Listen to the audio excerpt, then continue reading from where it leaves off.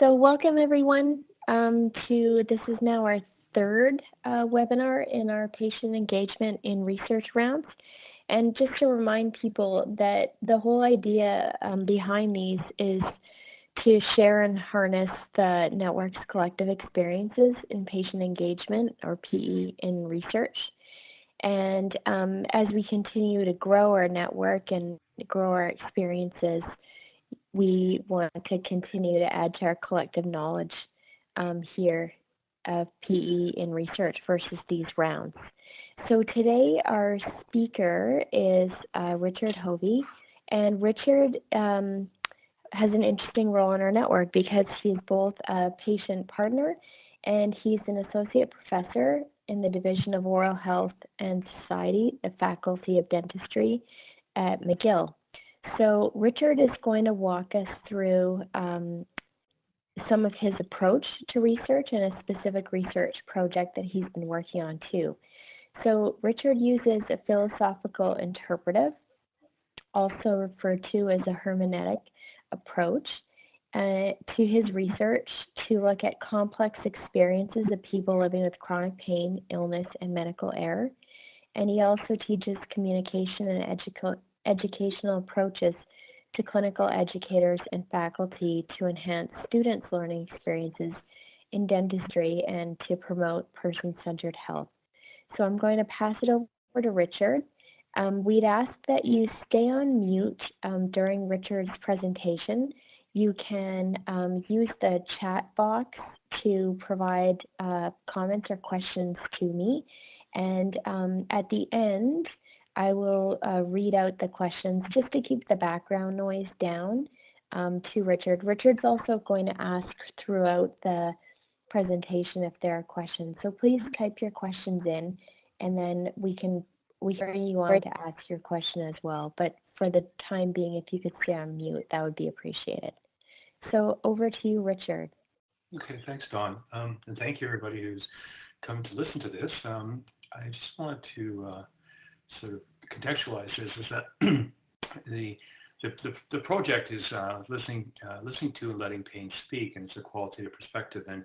And a very interesting side note is that the other day I had a meeting with my Movember group, the Homebase one, and some of the men were going, well, how does qualitative research work? And I said, well, you guys are living examples of qualitative research, because when I first met you, based on my own experiences, but what you kept telling me, and as we went through the process of developing the project, what you told me then became the evidence or the data which I used in order to build the project and to get the funding.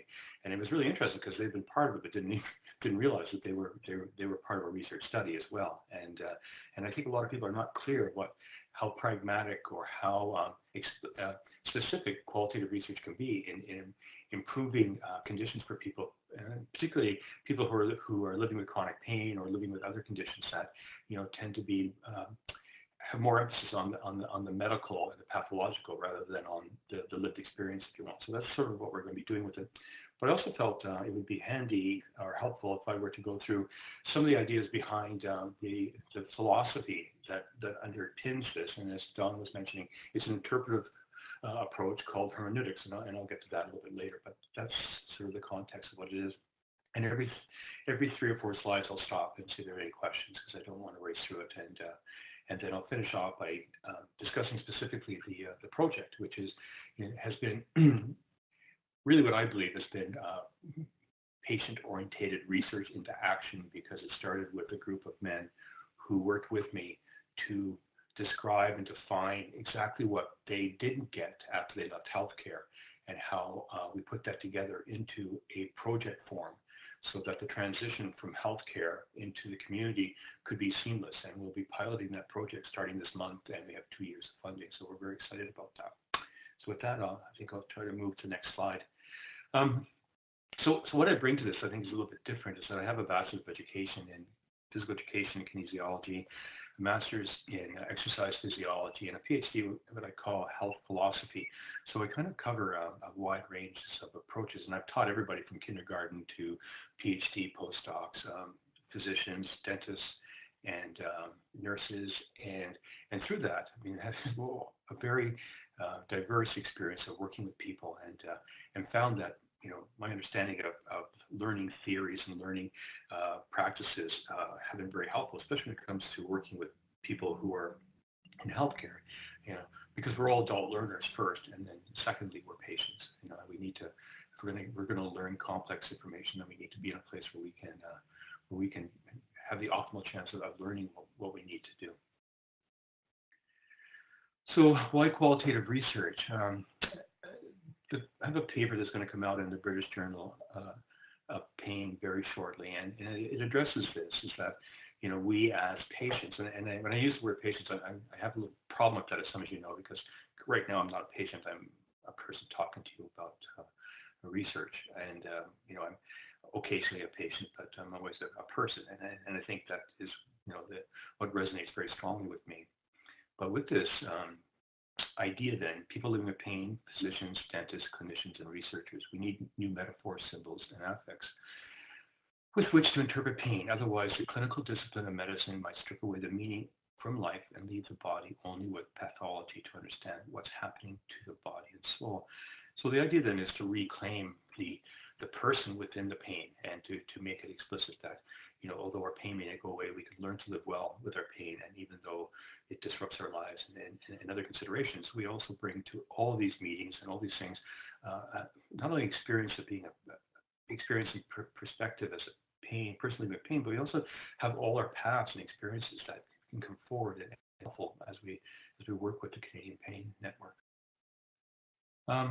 So just to ground this, I know many of the researchers that we work with are quantitative and scientific bench researchers and animal researchers, and so the idea then is how do we make sense of the philosophical perspective of pain?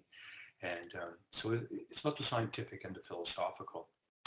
And Merleau-Ponty, who was a French philosopher, actually kind of nailed it for me. And I'm sure some of you seen this before in the Occasionally Patient and Always a Person paper, but he describes the world and human beings, of course he had man down there before, are accessible to two kinds of investigations. The first case is explanatory, which is scientific, and the second case reflective, which is philosophical. And if we use pain as an example of this, we have on one side, let's say on the left-hand side of understanding pain, we have the clinicians, the researchers, everybody is looking at from a theoretical perspective. So they're looking at the science of pain, the physiology of pain, the anatomy of pain, they're looking at it, but they themselves may or may not, and mostly don't experience chronic pain.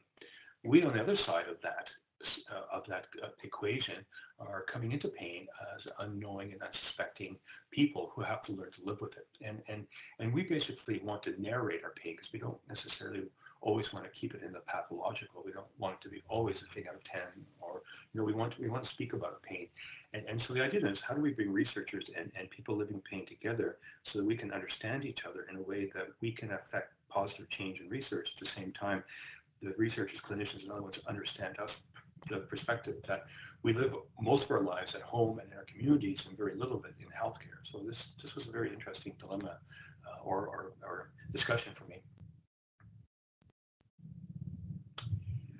So pain and researching suffering. I took this from one of my papers. So Patty Mano was learning through suffering, the idea that we can become wise through suffering. And suffering is something that we can look at and understand how people suffer and how suffering becomes an identity and how suffering can actually be mitigated as a risk factor for living with chronic pain. And some of my research is sort of focused into what do we do to change that around if we can't change the pain itself? How can we change the lived experience of pain?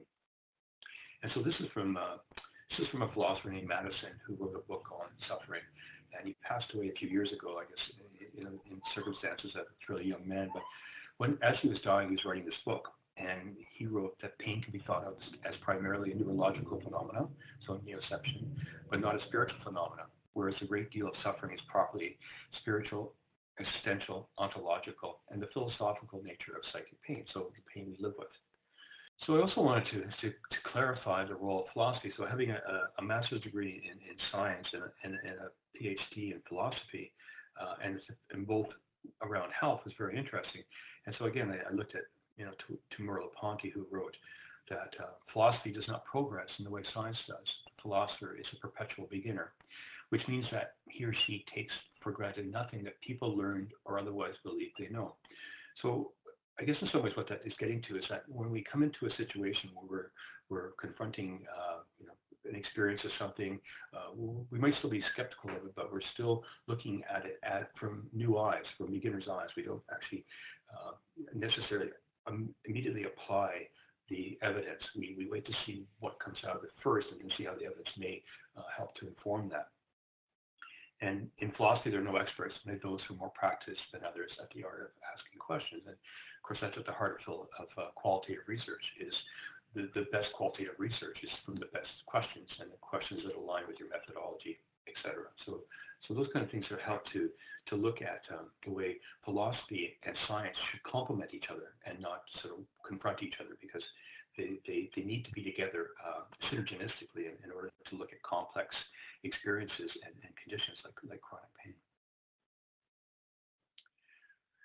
So Griffiths in 2016 wrote this paper about how poetry saved his life, and he was talking about the idea that he wasn't given the opportunity to talk about his pain and wasn't allowed to explore it, and then he started to write poetry about his pain, and he quite succinctly put down this quote that medicine has an anesthetic relationship to pain. It wants to rid the patient of it, which is quite reasonable and what we expect.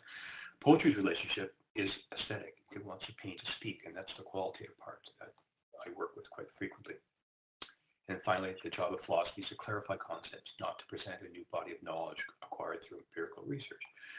So philosophy then goes into the complex experiences of, some of my research has been medical error and deaths of children and living with chronic illnesses in type 2 diabetes in indigenous cultures, and looking at chronic pain and other things, and getting into the deep meaning that it has for people as they go through healthcare and as they go home and as they try to make sense of it in the context of a living person who still has a life and still is trying to make the best of it as they can. And the art of asking questions, well, we get back to that for a second, is that a true question, Gadamer would emphasize, is a question to which one does not know the answer. The so-called pedagogical or rhetorical question to which the teacher already knows the answer is not a real question. So in research, of course, we always need to ask a real question. So we're trying to find out something we don't really know, and I think that's at the core, and how we as pain perspective partners, or whatever we want to call ourselves, have the chance to reframe questions to things that people don't know about our lives and how we live our lives and how pain has changed it, and how there are things that we can do in order to help transitions from healthcare to community, from different kinds of pain into making sense of it.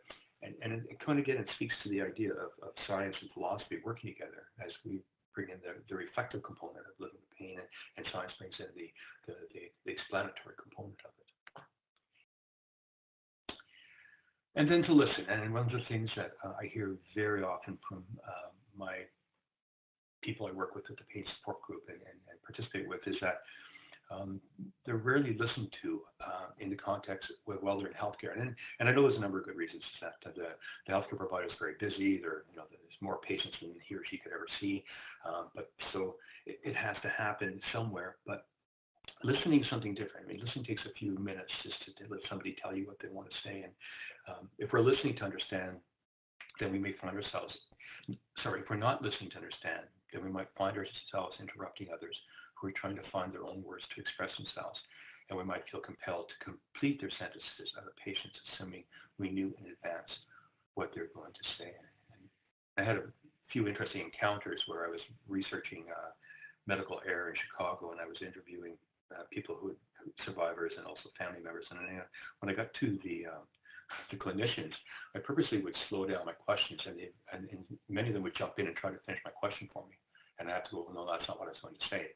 And then they would back down. And then I start again, and they'd jump in again. And so I thought it was an interesting phenomenon that there was this, I'm sure it's not everybody, of course, but it was very interesting that this is compulsion to finish a sentence for me. Anyway, I found that interesting that it is a barrier to effective communication, of course. So then we get into it. What about the personal narrative and story? And I remember being at a meeting recently where people were talking about qualitative and quantitative research, and somebody said, "Well, we have to have qualitative, but it's a bit soft." And I really didn't know what that meant, because I think a lot of clinicians and perhaps researchers may still consider, if it's not hard science, then it's soft. And the word then, like, the word itself doesn't bother me, but I don't know what they mean by is that it's not as rigorous as theirs, or it's not as objective, but you can't compare the two because they seek to do different things. But the personal narrative and story is something that we, as people living with chronic pain, have to express ourselves about our experiences, and that may be all we have. And so in order for us to work well with other researchers and clinicians, we have to invite them to be open to the understanding that we are trying to make sense of something that has disrupted our whole lives from A to Z. And you can understand that sort of from a theoretical perspective, but to have that actually happen to you is a different thing. And so Moles writes, the word story has become to mean something else to practitioners than it has to clients. And it is this very separation where language can stand in the way of important work of hearing what needs to be heard and acknowledging the pain, history, events, legacies behind the words. The complexity of all this is not a story. It is not just a story. It can never be contained with only one story. So the idea then is that in qualitative research is that when we look at,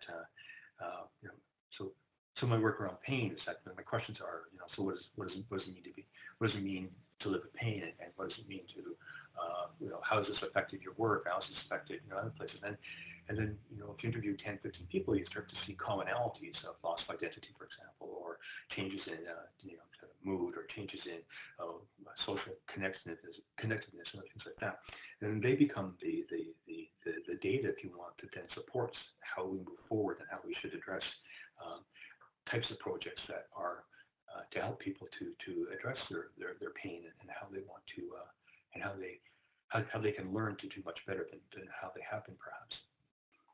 So I was recently looking at humanities and healthcare, and I've been working to write in taking some of my research and writing about people living with chronic pain and inviting them to do the same. Because sometimes people are better at writing down things than they are at speaking them. And sometimes if they write them down and then read them out loud, they can then express it a little bit better. And so I was at a therapeutic workshop last November, a year ago, in fact, and we're talking about how reflective writing designed to help people living with chronic and physical mental illness was really helpful. And it was very intriguing is that, when we have things in our head and we can't find the words to articulate them, sometimes if we put them down on a piece of paper, that physical act of removing them from our thinking then allows us to take them up, or even giving that paper to somebody else to read if you're feeling brave enough, and they say it out loud. Then you hear it from a different person, for a different perspective, and allows you to engage into that narrative more deeply. So it gives you the first few words to talk about something you may not have the words to articulate on your own. So the narrative story, this is coming from some early work with mine, is that when I would interview people, and this was very interesting to me, is that when I asked somebody about what it was like to live with osteoporosis, which was my first work on, I always got what I call the pathological narrative. The pathological narrative was date of fracture, the types of interventions they had, the medications they're on, but nothing about what it meant to live with them. And then when I would slow them down, I said, well, okay, that's great, but really tell me, what does it mean to live with osteoporosis, or how has it affected your life? And it was really interesting because people would just take a deep breath and just pause, and then finally they would start to slowly talk about living with osteoporosis and how it affected relationships with spouses, with friends, and social isolation, and activities, and hobbies, and identity. And it just exploded in a way I had no idea. So then I learned is that, we start off with a narrative, and narratives are kind of defined as being more of a factual account of something. It doesn't have the emotional context or the emotional aspect to it. And as it becomes a story, we start to include how people made us feel and things we did, and how it kind of intrigued us, and how the whole thing fits together. And as we try to make sense of life, living in a way differently than we had projected. Because there's no way 3.5 years ago that I thought I'd be at this age living with a lot of pain and having this perspective. But it happened, so I needed to try to make sense of it. And so the more complex the experience, the more we need stories and context to help people to what I call to restore themselves back into understanding their social context and how they can work together and to do things with others. So philosophical hermeneutics. When I came across this when I was at the University of Calgary, I was actually in an epidemiological PhD, and it wasn't really satisfying my need to do anything else, because at that point I was on the board of directors for Osteoporosis Canada, and I was sitting around board meetings. There were a lot of people. There was a couple of lawyers and business people, and people who came into it. None of them had osteoporosis, but they had generously volunteered to be part of this board. And there were two women, Gail and Priscilla, who at that point were women living with osteoporosis for a long period of time. And what's very interesting is that when they tried to speak out about their condition or about living with it, it always seemed to get shut down pretty quickly. And it was almost as though, the actual people living with osteoporosis were less engaged in the people who were talking about osteoporosis from either a removed perspective or a theoretical one.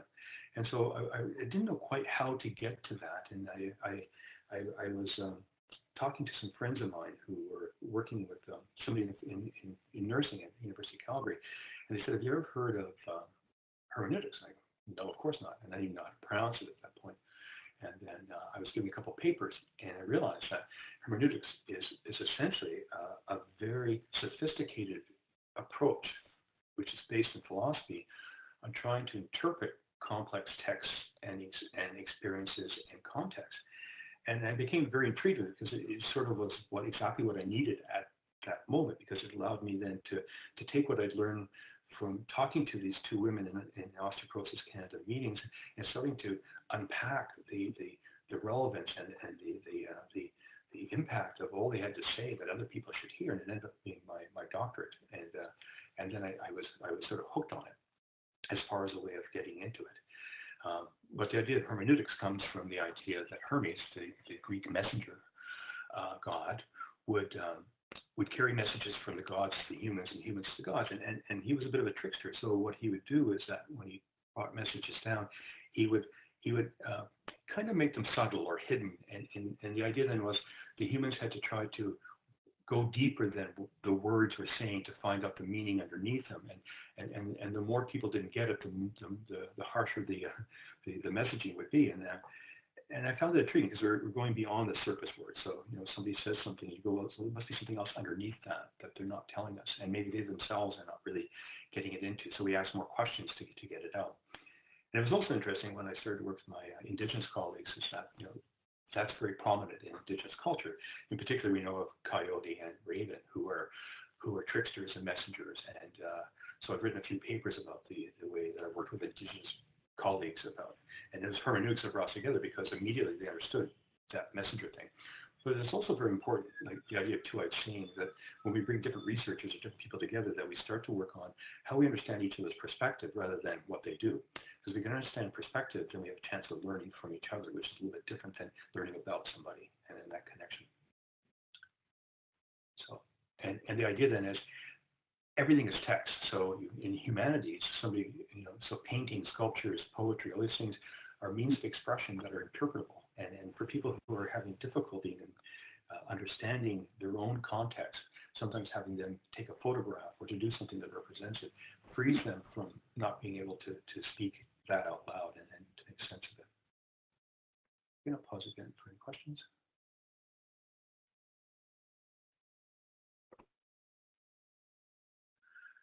So, I mean, in a very complex description,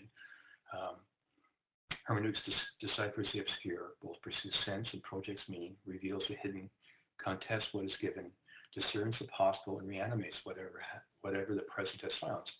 So, it's a very philosophically written part to just say that, we dig deeply. We go very much into the meaning and the contextual nature of people's experiences of something profound. And it's a shared endeavor. It's not just me doing this, but I always work with other people who share with pain or with osteoporosis or medical error or whatever it is. They have to be part of the process. Otherwise, it's just me telling them what they need, what I think their experiences are. And, before we get into the Movember part, and it's just very interesting, is that as a chronic pain, qualitative pain researcher, before my own chronic pain experience, I thought I understood it. I'm a pretty empathetic person. And I thought I understood what people were telling me because I knew the words and I could understand them, but I only understood them from my own previous pain experiences, which weren't chronic. They were acute and they got better. And it wasn't until my own pain experience that I really felt as though I understood deeply what it means to live with chronic pain. The fatigue, the frustration, the changes around you, identity, all these things finally started to make sense to me. But it is a shared experience, and the more we listen to people and the more we enable us to learn from them, the more likely we are to start to couch this around how we work together best and how we can work with everybody, clinicians, researchers, other people living with pain in the future. So going back to philosophy, Richard Corney is an Irish philosopher who wrote about narrative imagination. It was interesting because a lot of the stuff I found through the philosophical literature. He wrote about narrative imagination, and I was very intrigued by this because one of the things you lose when you're in severe chronic pain is your ability to imagine life without it. And so he wrote, narrative imagination in the guise of a personal or literary testimony may help prevent past traumas from becoming fixed in the pathological forms of melancholy, amnesia, or repetition. And so what I also noticed with myself and with others is that we get into a repetitive narrative of this is what happened to me, this is what's done, and so we don't actually move with our lives in a direction that always makes sense. We get sort of stuck, as it were, and we become repetitive sometimes, or we start to forget about what we can do, or just sadness and depression sort of keeps us from seeing other possibilities that we can have in our lives. So, honoring the personal narratives while confronting the challenges of living with pain. Sylvie Thomas wrote this very interesting article in 2009, and I was taken by it because it actually sort of articulates the idea of being an academic but trying to write about people's experiences and how, sometimes I used to, not so much now, but I'd get a paperback saying, this person is very emotional and their quote, can you change that? And I go, why? Well, we don't want to upset our readers. And I go, but that's the point. I mean, that's what they're living with. And if they think everything is fine, then nothing's ever going to change. So there has been change in the last 10 years, but at one point you would get comments like that. And she wrote, which I really like, is that I do not think realizing that we who are suffering or utterly lost and broken necessarily causes despair. So just talking about how we try to get on with our lives. What breaks is the impression that everyone else isn't. And we talk about clean and reasonable scholarship about messy and reasonable experiences is an exercise in alienation. And so when you're trying to tell your story to somebody, and even if it is messy, and even if it is painful and it's it's raw and sore and sensitive, it has to come out. And I know that that's the work of therapists and stuff like that. But sometimes I've seen it happen in pain support groups. I mean, most recently, a woman who was part of the group came in and she was visibly upset. And then as people go around to talk about their weeks, she basically started to break down and almost scream and yell about how frustrating her life was and everything. Nobody's helping her. And she went on for a while and everybody just let her talk. There was no interrupting, no trying to fix it, like that. Just let her talk. And after several minutes, you could just see everything just sort of wash out of her. She just calmed down. She was crying. She was sobbing. She just became quiet. And then as we went around the table again, changed the conversation, she was smiling. And she started to participate. And what she needed was what I call that cathartic narrative, where everything just came out in a place where it wasn't going to be controlled, it wasn't going to be judged, it just happened. And I talked to her later, and she said, I haven't had this opportunity to actually articulate how I was feeling in that way. It's just because around my family, I have to be cautious, and around my friends, I don't want to break down in front of them. And so somewhere, whether it's written or whether it's verbal, it's like that, the qualitative nature of pain to speak out becomes quite important. All right, so this is a paper I published last year, and it was in the medical humanities area. It was quite intriguing because when I first wrote it, it was reviewed and it came back, and the reviewers were trying to soften it, and they were trying to, trying to make it more, as I said, making it clean and reasonable, other than the reality of it. And so I worked with a really wonderful editor at the Canadian Medical Journal, and she helped me work through this as well, because I didn't feel as though it was right to have people tell me how to tell my story. So we worked through this, and so it became chaotic thinking into cathartic narratives to restore oneself. And it was very cathartic for me to write it, because I was writing about myself for others who may have the same experience. And so of that came another sort of quote from Richard Corney that kind of consolidates this thinking, is that some sufferers of blocked or melancholic memory have to first become very bad storytellers, making their lives basically unreadable if they are ever to begin to retell their lives again. And I like the idea about the retell their lives, because when you're caught into the healthcare system, you're always hopeful that the next person, the next treatment, the next specialist, the next test will reveal what's wrong with you, and then it becomes fixable. And I think, when I recall my own, the first 6 months, if I look back at my Manulife insurance things for the first year, there was like 5 pages of things and medications and stuff, and since then it's down to a quarter of a page. But I was so consumed with finding somebody who could help me. Well, I was not really helping myself as much then, because I was sort of caught in the pain and not doing it. It sort of made me realize is that we wait a very long time, in that context of being in between appointments and trying to figure out who can help us the most effectively and the most profoundly. But yet, at the end of 3.5 years, you realize that a lot of this falls onto yourself, and if we don't have a place to go to work with that, or to practice it, or to have people help us, it can be devastating, and it really do cause us to withdraw, socially isolate, and cause the problems and sadness, depression, anxiety that we hear from a lot of people. So I'll pause here for a second. I'll just let you look at this for a little while, a minute or so.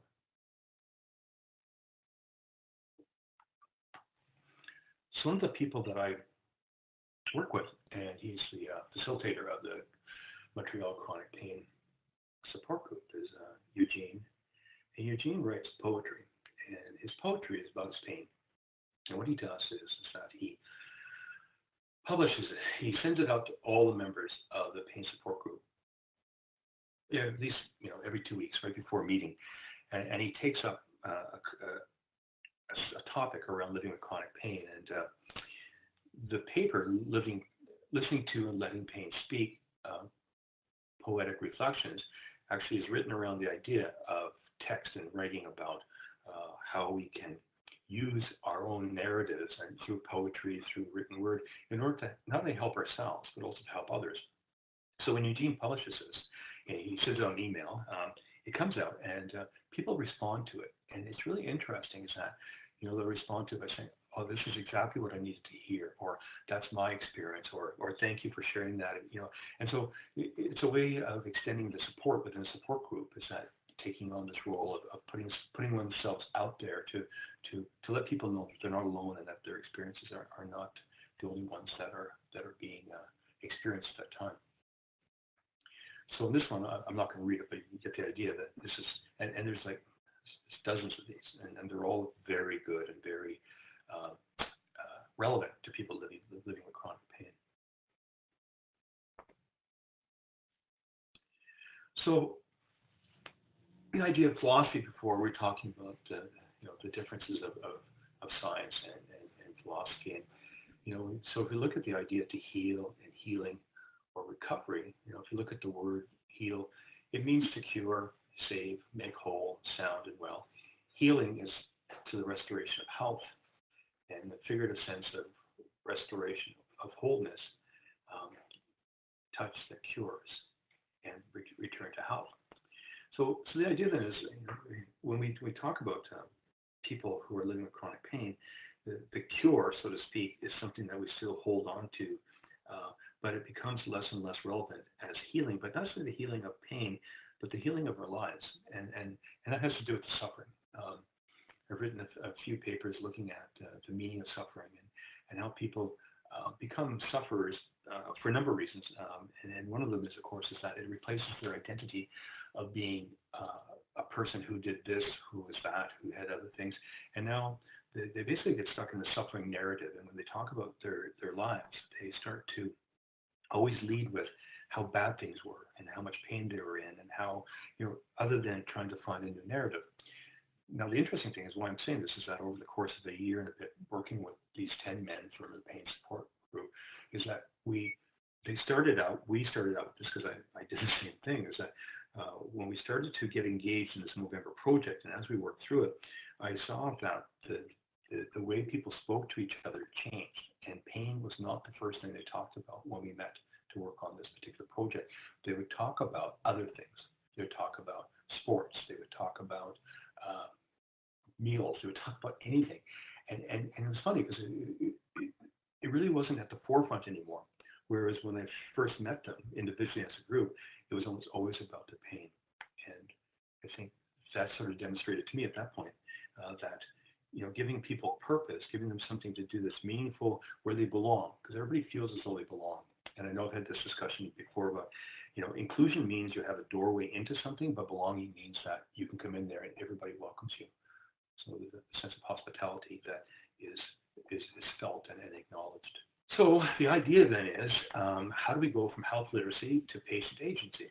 And so there are a few interventions target the life events that can make men vulnerable to social isolation and loneliness. So it's everything from, it could not just be from pain, but it could be from job loss, relationships, it could be from mental illness, it could be from physical pain, chronic pain. Any number of things can knock us off our anticipated trajectory or expected trajectory of our lives. So, since I was a kid, I always thought, in 3 years I'll be doing this and then this and this. And when you get onto you keep going, you something that blindsides you or takes you out of that makes it very difficult for you to get back on track because you're not sure how to do it.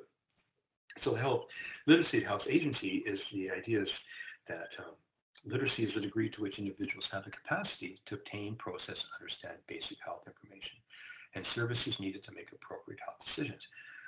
Well, I'll tell you with a fair amount of certainty after listening to all the people in the pain support groups and such as that, they have a pretty good idea of everything. They have been in pain, some for 20 years, and they know exactly the literature, they know what to do.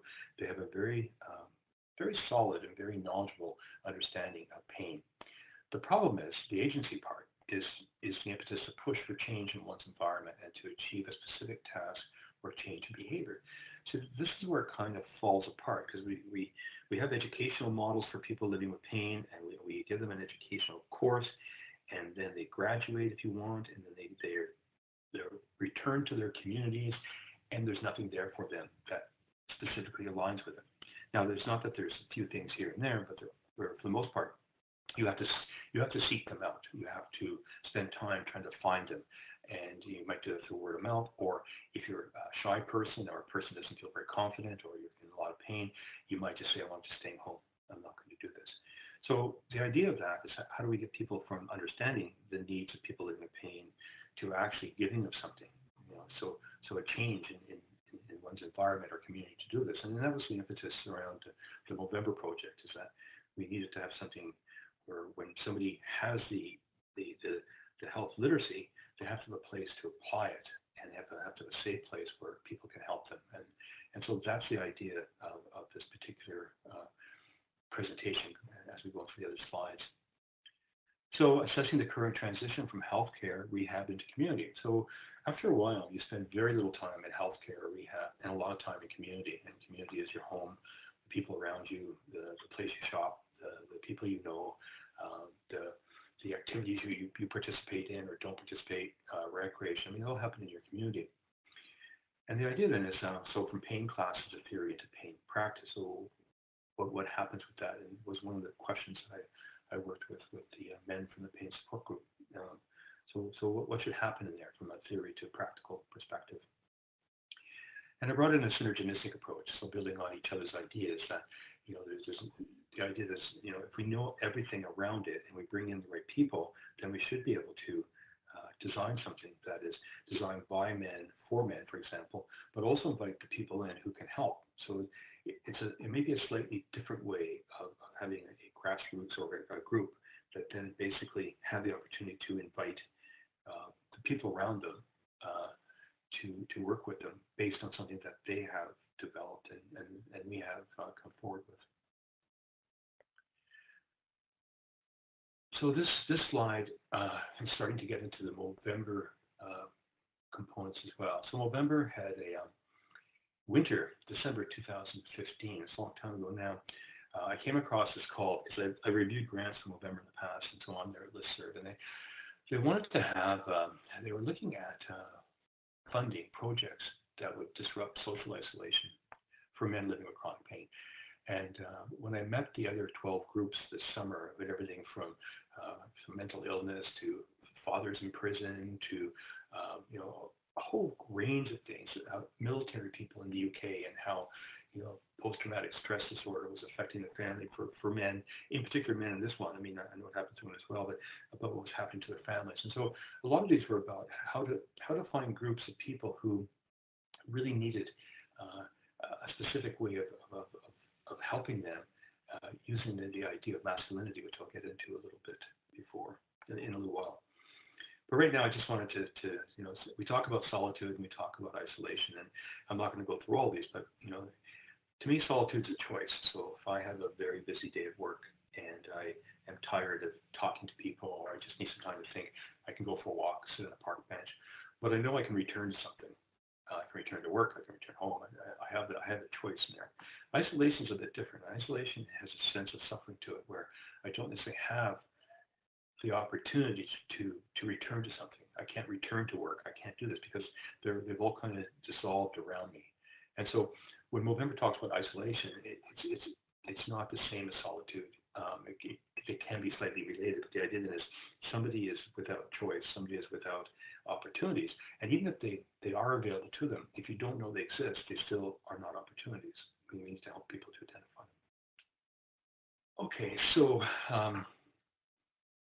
when I approach working with people, whether they're researchers, clinicians, students, or in this case, men, I do it in a way that I build the relationships, that we talk about the relational. And the relational is, from my experience of, I guess, getting on to almost 40 years now, is that I've seen groups on paper that should have worked out beautifully, and they didn't, and I've seen groups that shouldn't have worked that worked beautifully.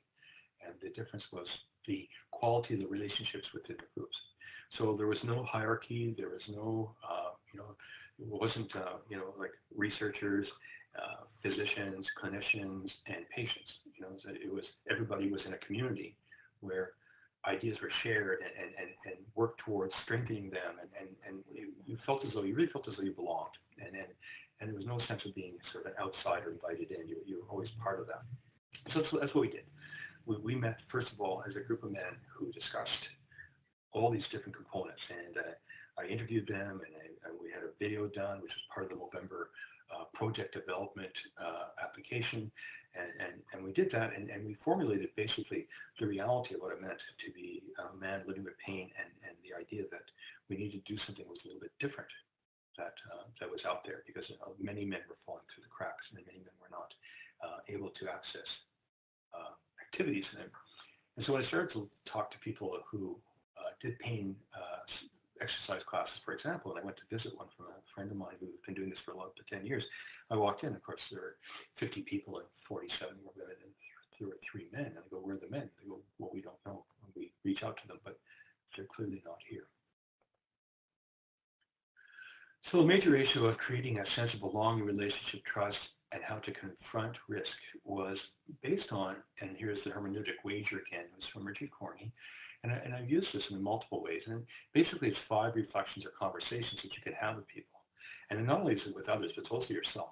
And so it means to have open, honest, practical conversations about life as men living with pain. And so that's what we did. We sat down and we talked about the experiences, the raw ones, the positive ones, like everything that was there. So we had everything to work with the idea that we're going to roll our sleeves up and get to work.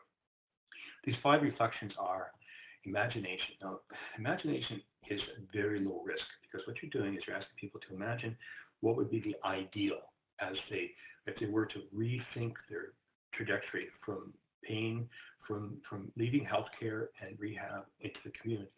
And so imagination generates all sorts of very interesting thoughts and processes and things that come out. And some are doable and are pursuable, and other ones not so much. So we have to sort of table some of them sometimes. The second one is humility. And humility is a very interesting one because it's not only the humility of people acting together, but it's also your self-humility. I remember when I was thinking about going to a pain support group, and I thought about it, I go, that's not for me. I'm a researcher on this and that and those things. And why would I go there and listen to people talk about their pain? And I had to have this self-humility moment where I said, well, wait a minute, why are you doing that? You think without even trying it that this is something that won't be any good for you. And this is something I heard from my research participants in the past, that they didn't try things, but they weren't interested in them.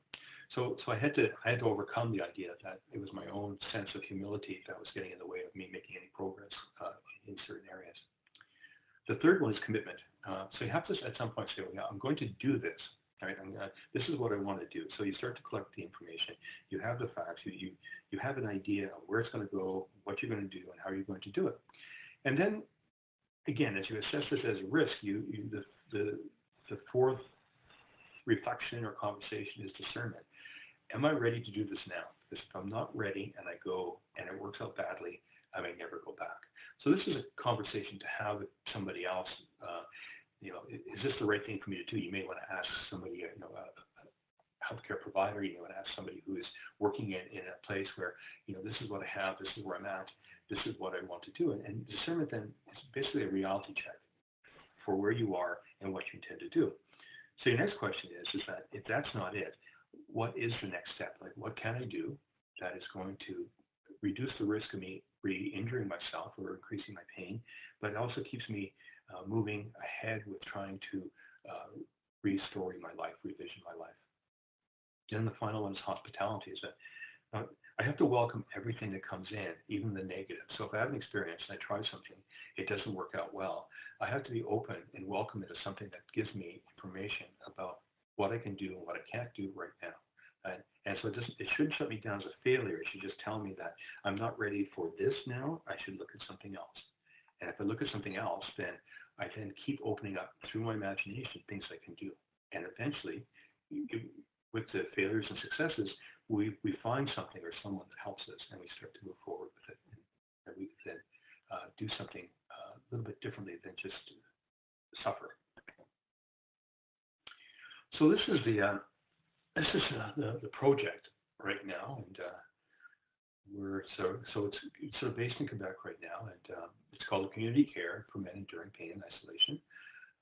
Our idea is to build a community of care outside of healthcare, and the logo on the left is the H. That's our Homebase logo, and it's essentially, it's got texture, it's got sharp edges represent pain, but there's a coming together there. There's something there that brings it together, and it's mostly funded by, it's funded by Movember. We received a very good grant from them to work on this, and we're working on it now. McGill, of course, from my connection, the Quebec Pain Association working with Manon and others on that, as partners is always good.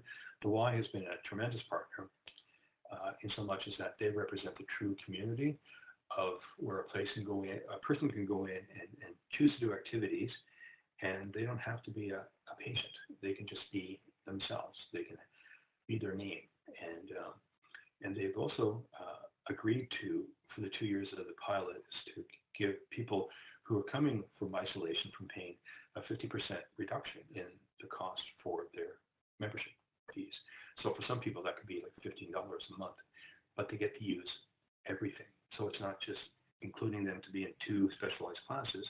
They can choose to, as they transition from one area to another, they can start to do other things.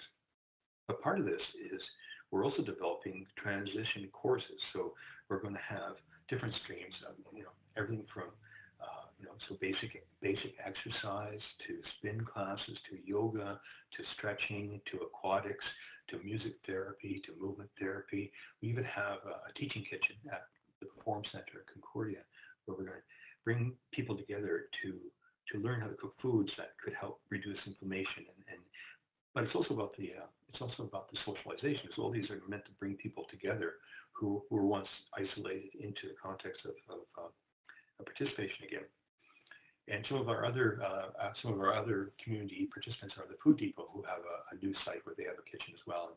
And so if men don't want to go down to the Perform Center in Concordia, they can come to this humble little restaurant that's been converted into the Food Depot and prepare meals that not only they can try, but also they could offer to donate them to people who the Food Depot serves. So in some ways, it's giving back purpose to people while reducing their isolation. All right, so this is Movember Foundation is very interesting. I mean, I had kind of an outsider idea about them, and I became more and more interested. They're unique because they're very, how can I put this? They're in your face. Like and at first I was put back by it, but I think it's a good thing, because what they do is they challenge our thinking. So people are dying. What are we doing about it? How are we challenging the idea that people, mental health, prostate cancer, chronic pain, all these things in men are lived out differently? And so I became intrigued at that, especially with my own chronic pain experience, but also after I spent time talking to the men in the pain support group and their experiences, and realized that this was kind of serendipitous that this particular call came out at the same time where I was sort of making my first headway with working with the group as a participant, not as a researcher, and it resonated quite strongly with me. So all this to say is that they had 440 submissions. There were 80 pitches, and the pitches were a 3-minute video, and a 1,000-word submission. 27 of us got 25,000 to do the project development, and then 13 from Canada, UK, and Australia, 200,000, which we just received. So we're working on that now and trying to put a project together. So isolation and chronic pain. Reduction in the quality of social connections can significantly impact the mental and physical health of men, leading to social isolation or loneliness risk factors for suicide, depression, and anxiety. Many cultures where emotional openness and vulnerability are seen as a weakness, or specifically as a feminine traits to be ridiculed, and thus are discouraged and often conditioned out of boys during childhood. Few interventions target the life events that can make men vulnerable to social isolation and loneliness. So this is kind of interesting, because we have this idea that masculinity is about being strong and being quiet, and we look towards that. But it's actually, even though it has positive aspects, it also has some very negative ones.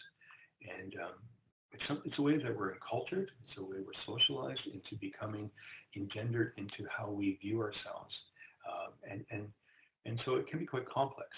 So masculinity, the process of socialization, is the range of characteristics individuals convey through their attitudes, values, beliefs, and behaviors that society or a culture group considers as being appropriate for males.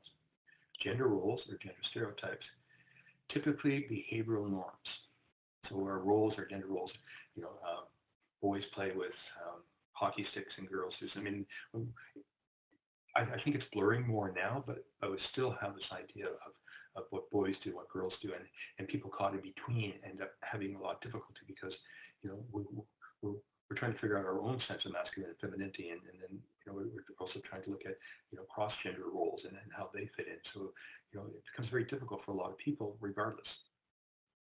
So these influence everyday's actions, expectations, and our experiences. Real men means being strong, rational, self-reliant, and stoical in the face of physical and emotional distress. Independence and self-containment is what we're taught. And so we're taught not to share. We're taught not to sit around in a pain support group and pour out our guts to each other. We're taught to be quiet and to keep inside those things, because we have them so deeply ingrained with us. And of course, where masculinity and femininity have their own relationships, and we can also look at feminine role models and how they impact and alter the way women interact in the world and need other opportunities as well. So the philosophy of Homebase. Homebase strives to provide multiple opportunities for men to engage within their communities with peers through tailored activities. Our vision is to offer every man suffering from chronic pain a community of care that extends beyond healthcare and into their communities to prevent social isolation and to learn to live well with pain. So during our meetings, we meet every 2 weeks while we're going through the project development part. And what came out of it from the men was that in order for them to move in a direction that would be helping to improve their lives, not reducing pain again, but healing, reducing the restrictions that pain put on their lives, that they had to accept that they had pain and that wasn't going to go anywhere, but they still should be working on the cure, although that shouldn't preoccupy their time, and learning about other things. And the other things would be learning about different types of ways to approach how to live with their pain differently. So I remember one person years ago, or one person recently said that they used to love to garden, but they no longer can garden because of the pain. And so what they did was, and I thought this was really interesting, is that they learned to teach gardening. And so they went to a community garden, and he would run classes on how to garden for people who are novice. And that in some way helped him to retain his identity as a gardener. At the same time, he didn't have to remove himself from it because of his physical disabilities. And all this means to thrive again. So can we learn to thrive with pain? And the answer is, I think, yes. I'm convinced of it now, because after I've seen the transition and transformation of these men over a year, it's amazing, from being quiet and somewhat sad and not really motivated to making all these meetings. And not just these, but we have partner meetings, and they show up to those, and they're now offering their advice, and they're offering their opinions, and they're being very strong about it. And this never would have happened earlier. And so together we managed to co-create that situation. Any questions?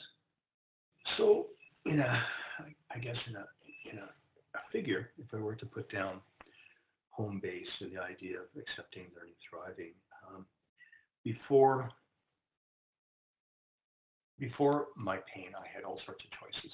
I could do pretty much anything I wanted to, had lots of energy, but with pain, there were very limited choices. It was my right foot, which was numb and burning, and I couldn't trust it, so I couldn't drive. Walking, I would fall a lot. I couldn't trust my leg, I couldn't trust my back. Wasn't sleeping very much, wasn't concentrating very much. And so I realized that one of the things that really changes is your idea to lose choice. And so one of the things that we came up with immediately was the idea of we have to give men choices, because not everything is going to fit with everybody. So what I did was, with this information, was that I co-created 3 areas that men can participate in. And one is mentoring.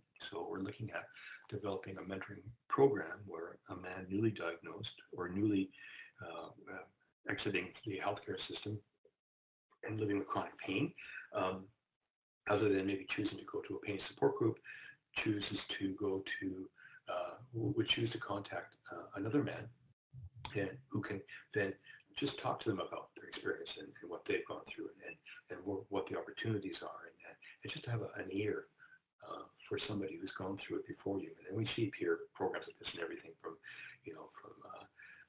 cancer survivors to even Osteoporosis Canada has a nice mentoring program. So it's not something new, but it is new in chronic pain, and particularly for men.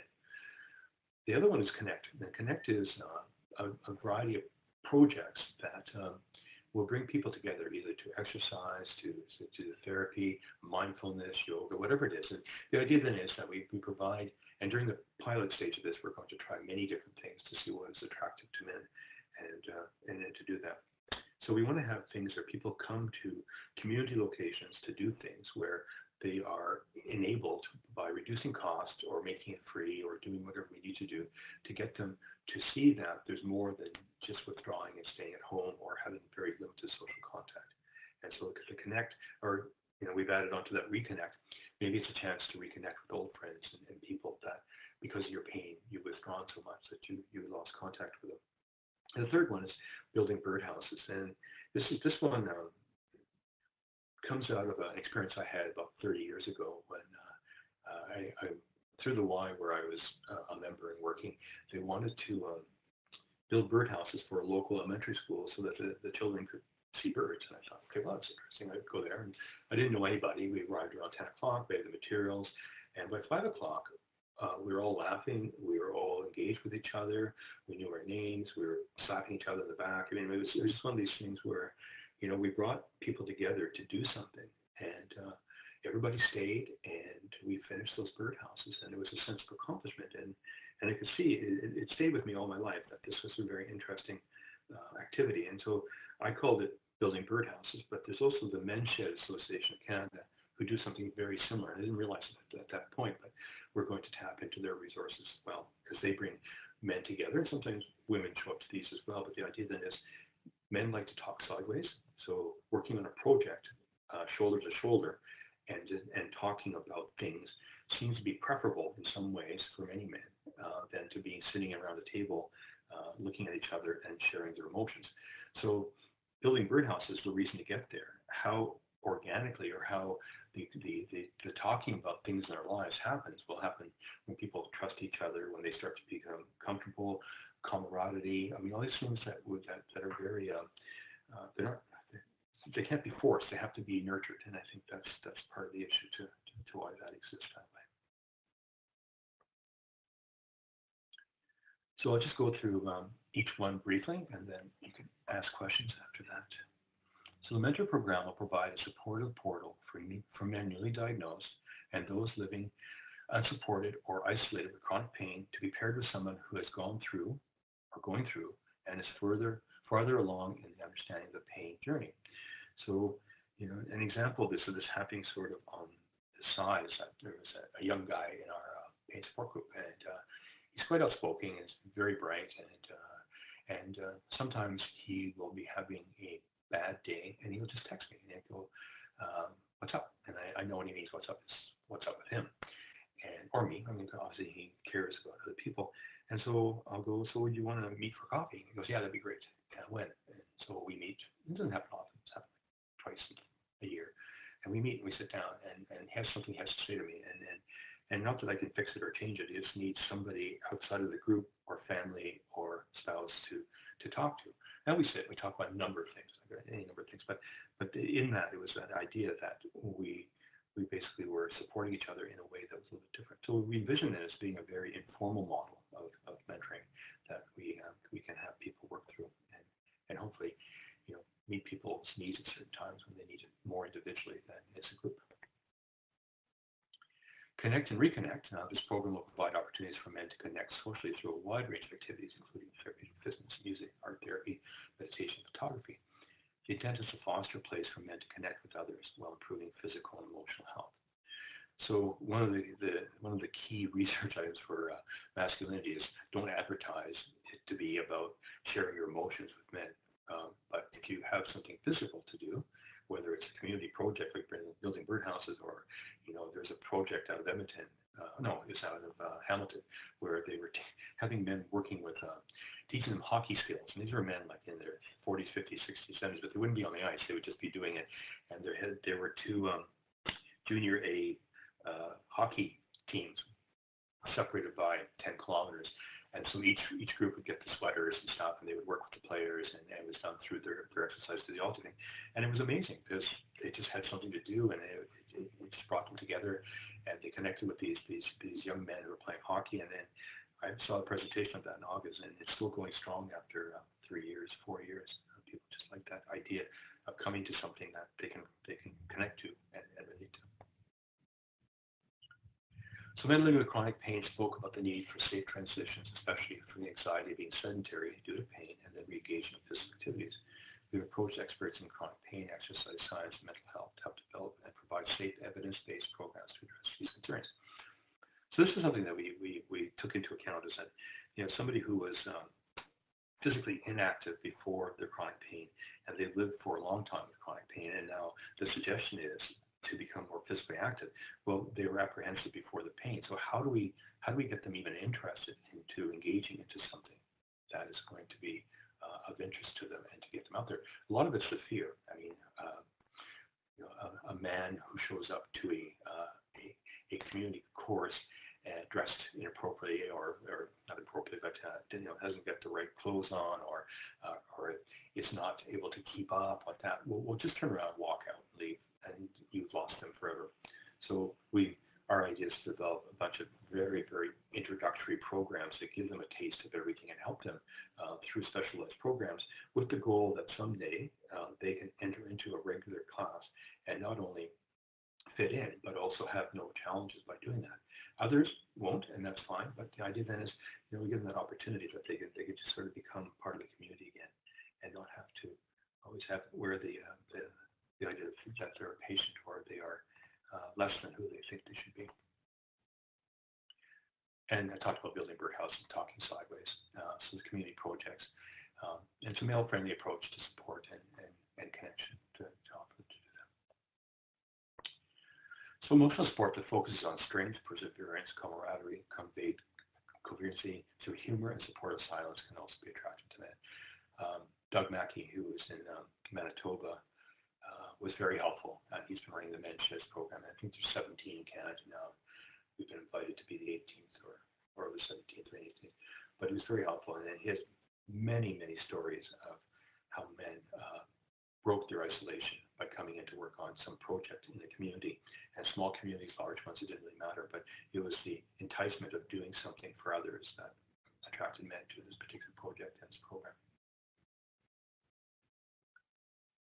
So people living with chronic pain design the program the way they want and invite the experts to make it happen. And so the fortunate thing for this is that as we were doing this with my background and the people who I knew, when we started to reach out to people, it was amazing how people were so generous and so excited to be part of this project. I mean, it was something that was very inspiring. Is that you could do it from the ground up, literally, and then ask people who had the expertise and had the facilities and to help. And the answer was always yes, of course, they'll do that. And then the generosity is that all of a sudden they start to not only do that, but they keep offering more and more in-kind contributions, and because everybody seems to know somebody who, or a close family member or friend who had isolated himself due to emotional pain, physical pain, whatever else. And so the idea of people being lonely and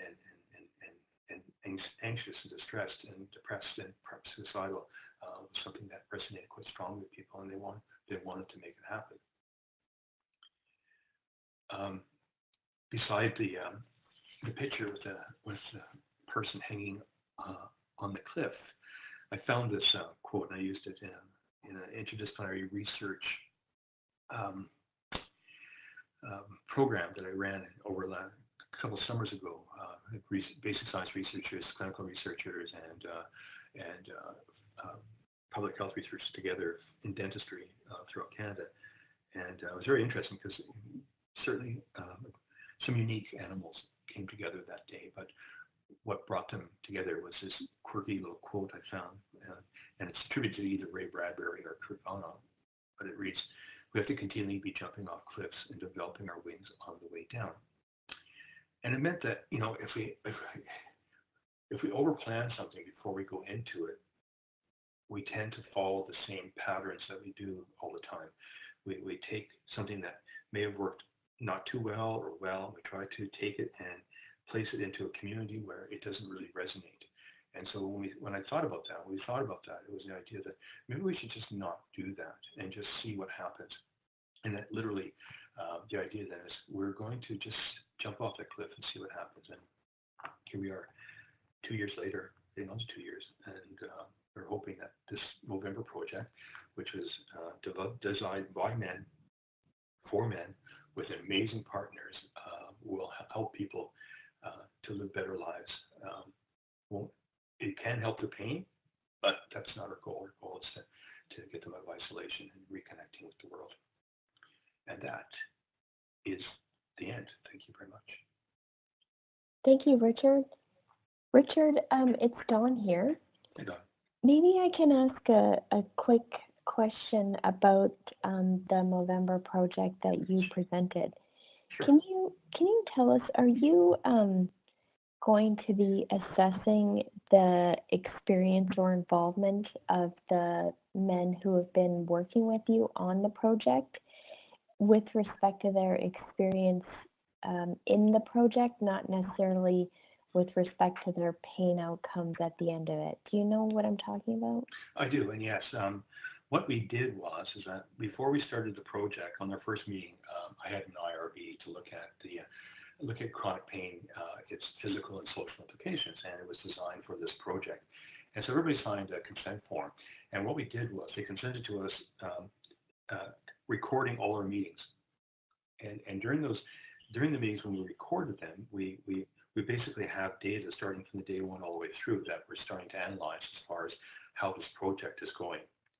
We didn't do any quantitative work with them, but when we get into the project itself, I've been working with Dr. Jeffrey Dover and Dr. Angela Mork, one from Concordia and from Calgary, and we're working on the idea that we're going to look at, again, the synergistic approach to research. So qualitative and quantitative, so looking at anxiety scales, looking at depression, looking at loneliness scales, and then looking at how that may influence people who come into the program, and not only on quantitative scales, but also the experience of it. So the research will be twofold. So we have data on the men who went through this process, and we also will collect data on the men who come to the November project as we launch it in full steam in January. Okay, great. Thanks a lot, Richard. Does that answer your question? It absolutely does. You're doing research twofold, one on their outcomes, having at the end of it when you develop the program, and the one that I was most interested in is their experience basically in being collaborators or partners in the research. So you are measuring that as well. Yeah, it's going to be interesting to reveal that data. I mean, we haven't had time, but we're going to start very shortly, and hopefully we can turn it into a model that can then be transferable to other groups who are trying to tackle the same kind of situation. Super. Maybe while I give people a little bit more time to think of their questions, and another question I have for you is, maybe you can tell us plans or thoughts you've had for expanding outside of your particular community, if things turn out, obviously, in a positive way that you hope them to. Have you thought about that? Oh yes, and it was part of the application process. Is that Movember would like to see something which is then transferable, if you want, to not only other communities but provinces and countries. And so, the reason why the YMCA becomes a very valuable partner is that part of what we're doing is we're putting together, if you want, a manual, and the manual is going to have all the components in that we're talking about here and how we did it. We're going to devise a train-the-trainer program, so to speak. It could be web-based, it could be whatever we want to do. But the idea is next year we're going to pilot it in a couple of other Ys in Montreal, but I also have some connections in Ottawa and some other places where we're going to try to take what we've learned and document it, write it up, and get it to the point where the Ys throughout Canada, where they have like this, they're just YCs almost everywhere, or a community place, doesn't be a Y, where somebody could pick it up and do all of it or part of it or whatever they can do. So then what we can see is that in a very inexpensive way, because the Ys tend to be quite inexpensive for participants, is that we can open this up across Canada, hopefully by year 3. And then I have connections in Australia and also in the UK, researchers, but also people who are community project designers who are also interested in looking at how this could roll out. So yeah, absolutely. Okay, thanks a lot. Do we have any other questions from anyone who's on the line? Either you can type them into the chat box, or feel free to come off mute if you'd like to ask a question. We have a quiet bunch today, Richard, but maybe we can suggest that if people don't have questions now, or did someone come off mute? It's Mary here. Can you hear me? Yeah, hi, Mary. We can. Go ahead, Mary. Hi. I just, a lot of self-management programs, my experience with them is that men don't tend to go, and it's really nice to see this approach that it really seems to be meeting their needs, and I'm pleased to hear that should you get the type of outcomes that you're hoping for, that you are looking to partner with people like the Y to expand. So I'm just very, very pleased and impressed with the project. So thanks so much for telling us about it. Well, thanks, Mary.